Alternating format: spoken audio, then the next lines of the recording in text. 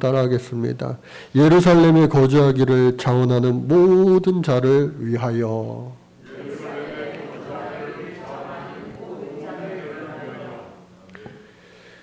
어제 인터넷 뉴스를 보니까 소득은 줄고 생활은 불편해서 하면서 헤드라인 뉴스를 보았습니다. 국립공원 지킴이들이 떠난다라고 하는 부제가 달려 있었습니다. 그 내용을 보니까 2020년 말 기준에서 우리나라 전국에 22곳 146개의 마을에 4,867명이 이른바 국립공원 지킴이들로 살고 있다고 합니다. 그런데 그 숫자가 해마다 줄어들고 있다는 거예요. 그 원인은 아까 헤드라인 뉴스 그 첫 줄 제목처럼 소득은 줄고 생활은 불편해서 라고 하는 거예요. 지리산이든 설악산이든 국립공원에 가보면은 그 경치가 봄, 여름, 가을, 겨울 4계절 얼마나 아름답고 화려합니까? 그런데 정작 그곳에서 우리가 매일매일 365일을 살아간다면 얼마나 또 불편하겠어요.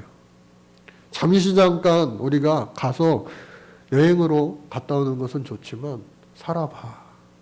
얼마나 힘들겠냐고요. 여러분, 동서고금을 방문하고 모든 사람은 살기 편안한 곳에 살기를 원해요. 예, 도시를 생활을 편하게 생각하시는 분들도 있고, 그래도 자연이 좋지 전원 생활을 누리고 싶은 분들도 있어요. 그런데 전원 생활을 하더라도 근처에 편의점 마트는 있어야지, 또 애들 학교 다니는 학교도 있어야지, 또 커피숍도 있어야지, 카페도 있어야지. 그래서 온갖 말들이 옛날서부터 생겨났어요. 역세권이니, 그리고 숲세권이니, 또 학세권, 예? 유치원서부터 학교가 애들 다닐 학교, 학원이 있어야 된다. 또 스세권, 아시는 분들만 아실 거예요.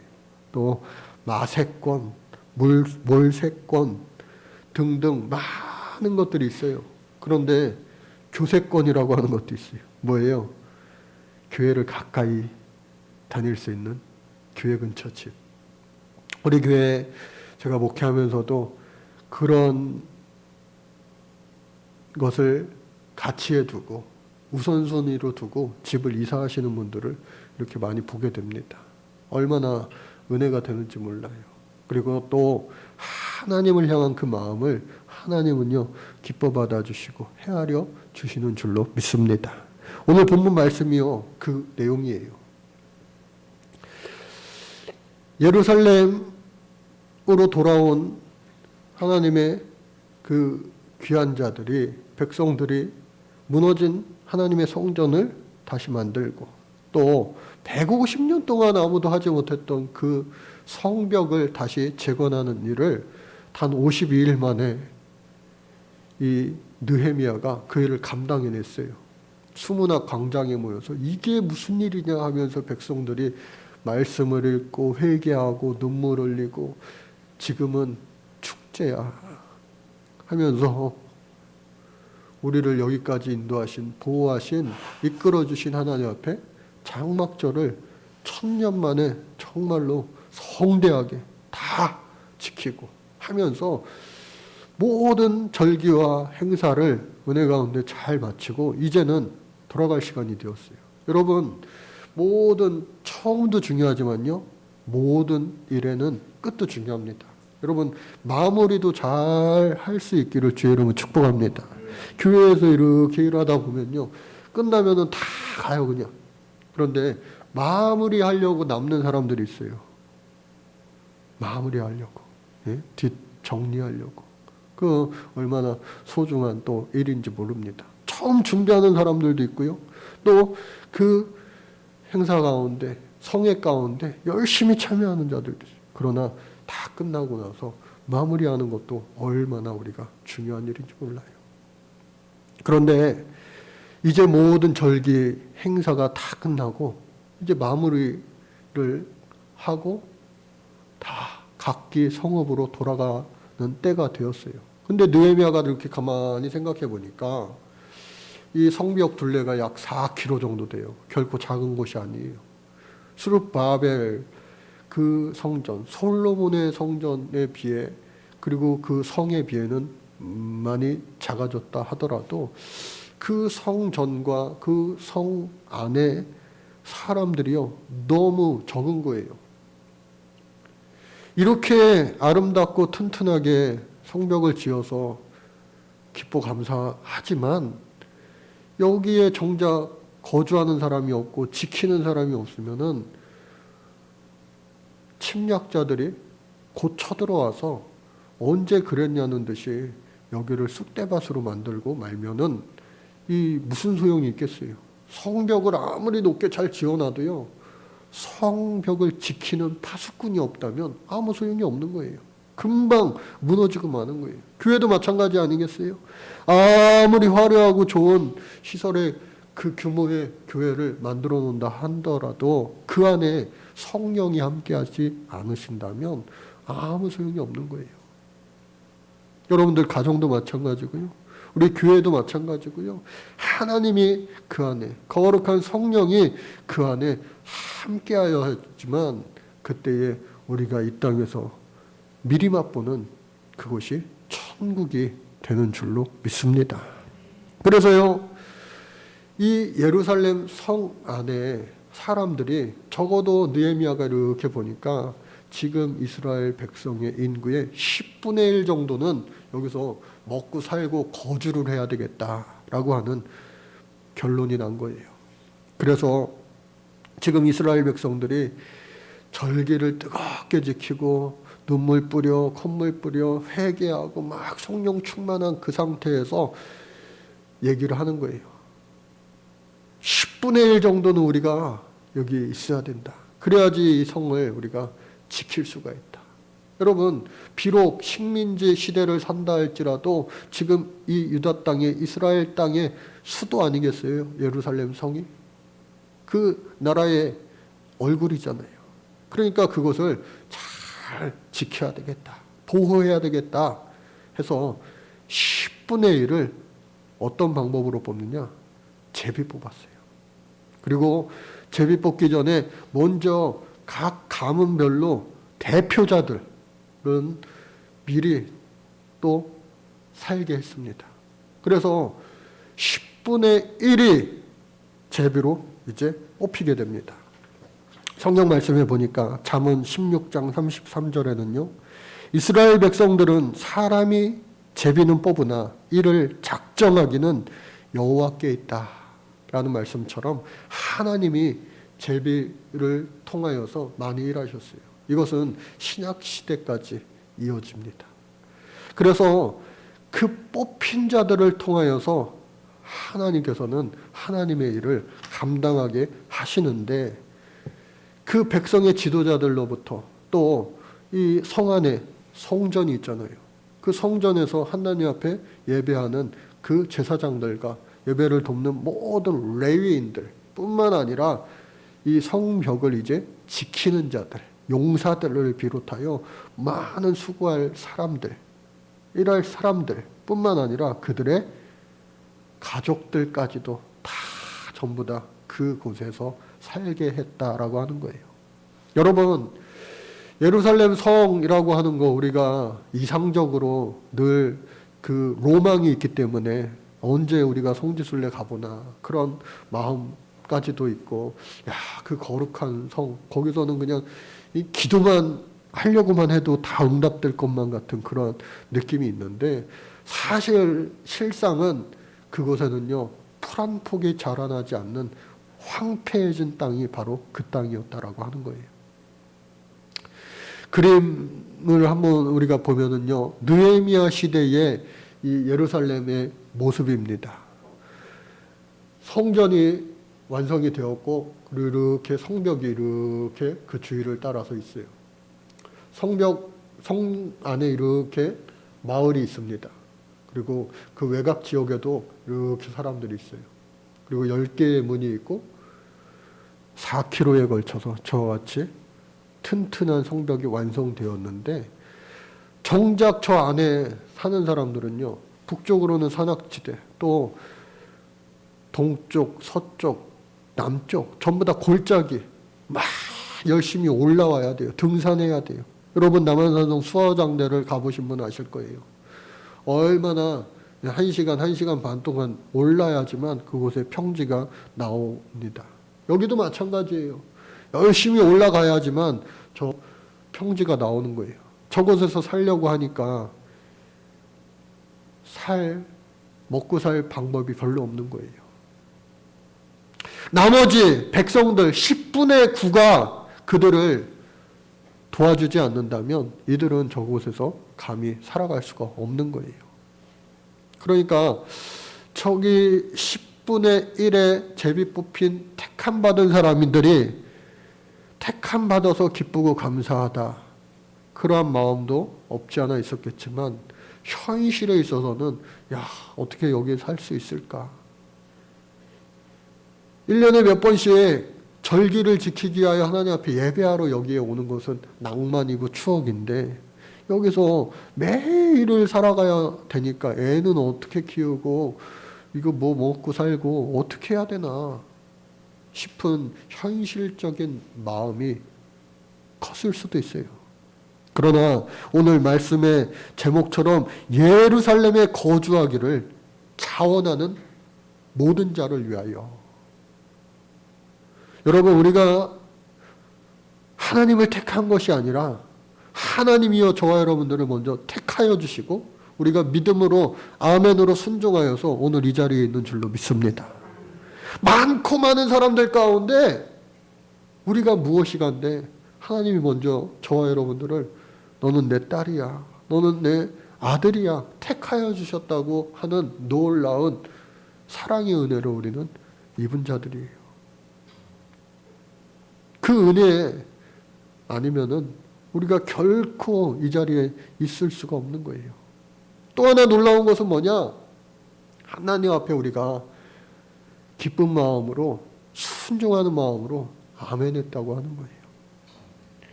비록 이 예루살렘 땅이 황폐하여서 먹고 살기 힘든 그런 좋은 곳에 이미지와는 상반되는 그러한 곳이었지만 그럼에도 불구하고 믿음으로 하나님 앞에 자원하는 이 백성들을 나머지 10분의 9 백성들이요 축복했다고 하는 겁니다. 거룩한 성이라고 오늘 성경은 말하고 있어요. 그러나 성전이 있어서 거룩하긴, 하나님의 임재, 하나님의 예배가 있는 곳이야 거룩하긴 하지만 실상은 참 황폐하기 짝이 없는, 세상의 눈으로는 먹고 살기 힘든 비전 없는 그러한 곳으로 보이기에 충분했다. 그럼에도 불구하고 이 이스라엘 백성들에게 예루살렘은요 변함없는 성지입니다. 시편 122편 말씀에 보니까 예루살렘을 위하여 평안을 구하라. 예루살렘을 사랑하는 자는 형통하리로다. 내 성 안에는 평안이 있고 내 궁중에는 형통함이 있을지어다. 여호와 우리 하나님의 집을 위하여 내가 너를 위하여 복을 구하리로다. 구약시대에도 마찬가지로 성전을 가까이 하는 자 복이 있다. 왜? 하나님을 가까이 하기 때문에. 또 뿐만 아니라 이곳에서 이제 살기로 한 그 많은 사람들, 유다 자손, 베냐민 자손, 그리고 제사장들, 레위 사람들, 노래하는 자들을 비롯하여 많은 기타 봉사자들, 또 그의 식구들, 가족들, 그들이 이제 살기 시작하는데 그 나머지 사람들은요 남방 30km, 북쪽으로는 산악지대라 살기가 힘들어요. 보통 남쪽으로 약 30km에 해당하는 곳에 나눠 살기 시작합니다. 성 안에서 제비 뽑혀서 그리고 불순종하지 않고 이탈하지 않고 도망가지 않고 그곳에 사는 사람들을 나머지 10분의 9가 축복했어요. 그리고 오늘 성경은요 나머지 그 10분의 9들도 성 안에 사는 사람들만 대단한 것이 아니라 나머지 10분의 9들도 하나님은 축복하셨다라고 하는 겁니다. 오늘 말씀을 준비하면서 고린도전서 말씀을 계속해서 읽게 되더라고요. 고린도전서 말씀에 보면은 특별히 12장 몸은 하나인데 많은 지체가 있고 몸의 지체가 많으나 한 몸인과 같이 그리스도도 그러하니라. 우리가 유대인이나 헬라인이나 종이나 자유인이나 다 한 성령으로 세례를 받아 한 몸이 되었다. 또 한 성령 안에 우리가 한 몸을 이루고 여러 지체의 모습을 하며 살아가고 있다라고 말을 하고 있습니다. 여러분, 우리가 교회 안에서 이 모양 저 모양으로 다 다르게 세상을 살아간다 할지라도 하나님을 바라보고 또 그 하나님의 말씀 가운데 순종함으로 살아가는 아름다운 모습으로 말미암아 저 여러분들은요 이미 하나인 줄로 믿습니다. 한 몸을 이룬 거예요. 모양은 다르다 할지라도 머리 대신 예수 그리스도 안에서 우리는 한 몸인 거다. 그래서 우리는 어떻게 살아야 되느냐? 그런 우리들은 어떻게 살아야 되느냐? 고린도전서 13장 말씀해 보니까요. 믿음, 소망, 사랑은 항상 있을 것인데 그 중에 제일은 사랑이라. 이 고린도전서 13장을 우리는 사랑장이라고 말하고 있어요. 사랑에 대해서 다 이야기하지만 그 마지막 결론은 뭐예요? 믿음, 소망, 사랑은 항상 있을 것인데 그 중에 제일은 사랑이라. 여러분, 사랑제일주의, 사랑이 최고이긴 하지만 항상 믿음과 소망도 함께 있어야 됩니다. 주님을 향한 그 믿음이 여러분들 항상 변함없기를 주의 이름으로 축복합니다.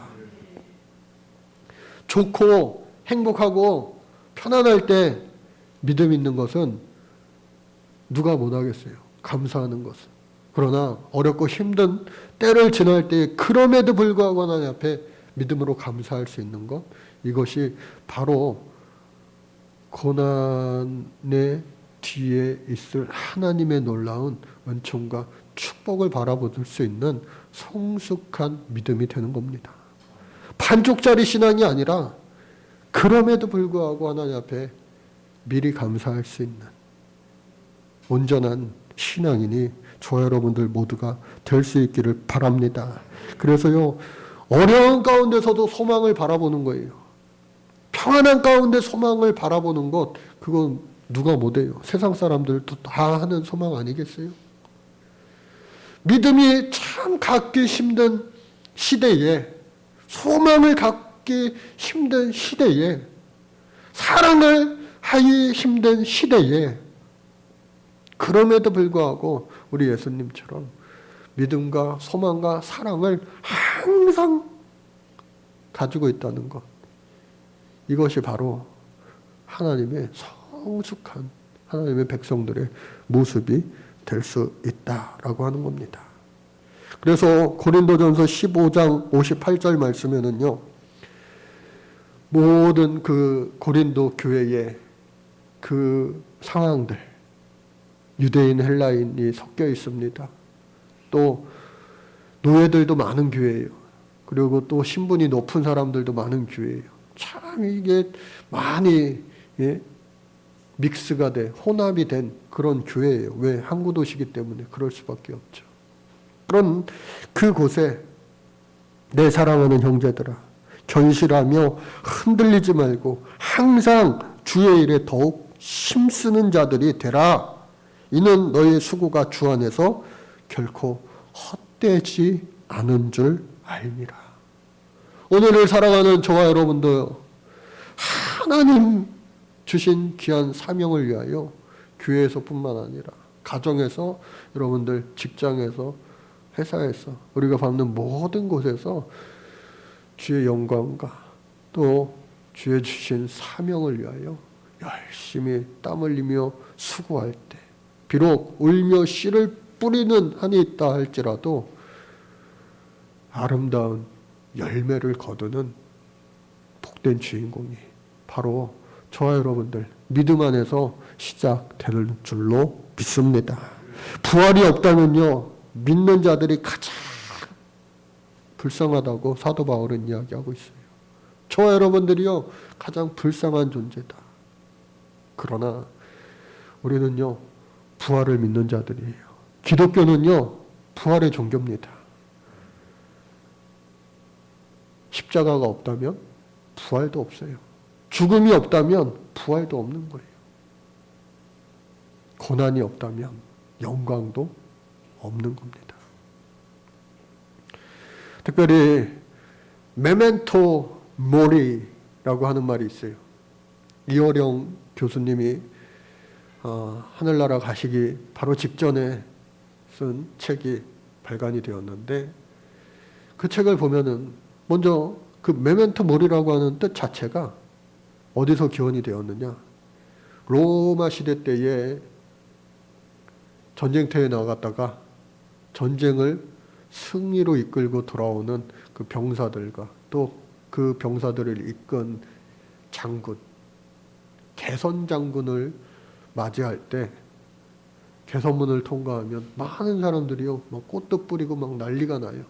성경에서도 사울과 또 다윗을 막 전쟁에서 이기고 올 때 그들을 환호하잖아요. 열광하잖아요. 그때에 그 개선 장군이 얼마나 많은 시비가 교차하겠어요. 야, 내가 죽을 뻔했는데 나라를 위하여 정말로 최선을 다해 싸워 이겨 이러한 영광을 누리는구나.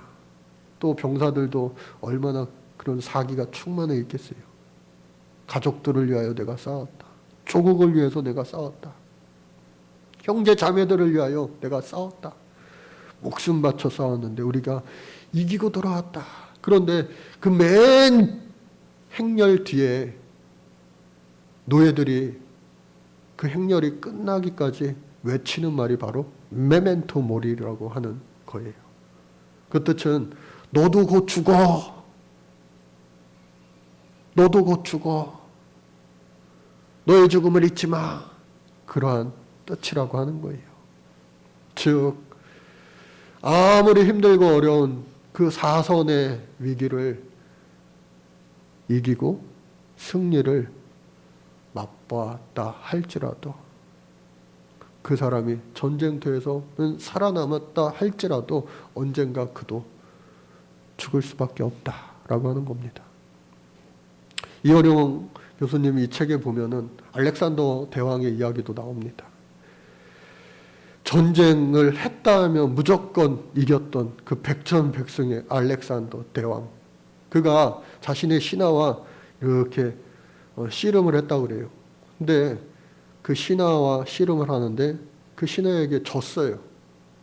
그래가지고 누운 상태로 막 흐느끼면서 갑자기 알렉산더 대왕이 막 우는 거예요. 신하가 어쩔 줄을 몰라 하면서 아유, 폐하 잘못했습니다. 어찌 우십니까? 제게 진 것이 속상해서 우십니까? 천하를 호령했던 그 알렉산더의 대답은 뭐였느냐? 아니야, 너 그렇게 어리석냐? 내가 우는 이유는 다름 아니라 내가 이렇게 넓은 땅을 다 차지했지만 결국은 언젠가 내가 죽어 눕게 된다면 지금 내 누운 이 땅만큼만 내가 취할 것 아니냐? 그 넓은 땅이 다 무슨 소용이 있냐? 하면서 슬피 울었다고 하는 그런 이야기가 책에 소개가 되어 있어요. 팬데믹 패러독스라고 하는 말이 있는데, 여러분, 모든 팬데믹이 지나고 나면 모든 세계는요 또 놀랍게 성장했다고 합니다. 부활했다고 해요. 부흥했다고 해요. 오늘 우리 한국교회도, 오늘 전세계 열방, 또 우크라이나를 비롯한 많은 슬픔 당한, 어려움 당한 그 팬데믹과 더해지는 아픔 당한 모든 곳에 그것이 다 지나고 나면 놀라운 부흥의 역사가 반드시 일어난다는 것이 역사의 교훈이라고 하는 거예요. 중세시대 때 패스트로 인하여 인구의 3분의 1이 다 죽어간 그 다음에 놀랍게도 그곳에 다시 부흥과 성장과 인구 증가의 역사가 일어났다고 하는 거예요. 우리 교회도 마찬가지입니다. 우리가 이 어려운 시기를 함께 하나님 주시는 지혜와 능력 가지고 믿음 가지고 소망 가지고 사랑 가지고 잘 이겨낸다면 이후에 놀라운 부흥의 역사가 교회와 가정 가운데 또 우리의 모든 삶의 터전 가운데 넘치게 될 줄로 믿습니다. 그 주인공이 되기 위해서는 바로 저와 여러분들이 지금 어떻게 준비하고 있느냐, 그것이 중요합니다. 울며 씨를 뿌리기 바랍니다. 울면서도 씨 뿌림을 그치는 것이 아니라 계속해서 우리의 주어진 일들을 잘 감당할 때 기쁨으로 단을 거두는 놀라운 역사가 반드시 일어나게 될 줄로 믿습니다. 저와 여러분들 영적인 예루살렘을 사모하여 자원하는 마음으로 우리 교회가, 여러분들의 가정이, 우리의 모든 밟는 땅이 주님의 함께 하심으로 말미암아 진짜 예루살렘, 거룩한 예루살렘, 우리 주님의 몸된 교회가 될 수 있는 그곳에 자원한 성도 여러분들의 그 믿음을 통하여 아름다운 큰 열매의 주인공이 되시기를 간절히 주의 이름으로 축복합니다. 하나님 감사합니다.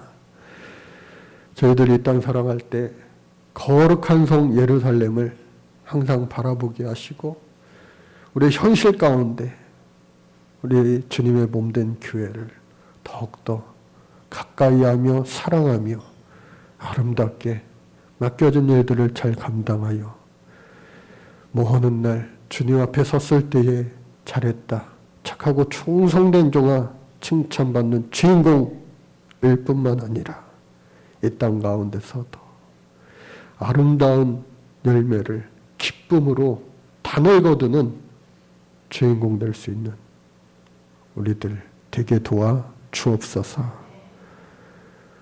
우리를 그렇게 이끌어 주시고 계시는 예수 그리스도의 이름으로 기도드립니다. 아멘.